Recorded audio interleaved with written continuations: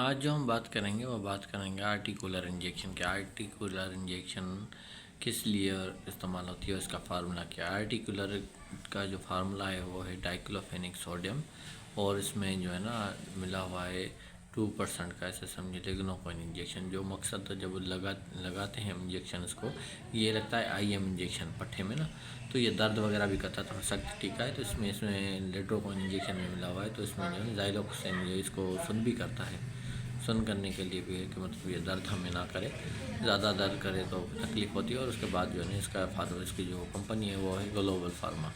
Global pharma का ही diclofenac sodium, ये दर्द के लिए और बुखार में और एनाल्जेसिक भी है, एंटीपायरेटिक भी है और एंटी इन्फ्लामेशन, सोज में भी इस्तेमाल होता है, दर्द में भी और बुखार में भी। ये बेहतरीन इंजेक्शन है दर्द के लिए, और आज हमने सोचा हम आपको ये बताते चलें। ये इंजेक्शन जो है दर्द और बुखार में इस्तेमाल होने वाला ये इंजेक्शन है, तो कोई चोट वगैरह लग जाती है उसमें इस्तेमाल होता है। शुक्रिया।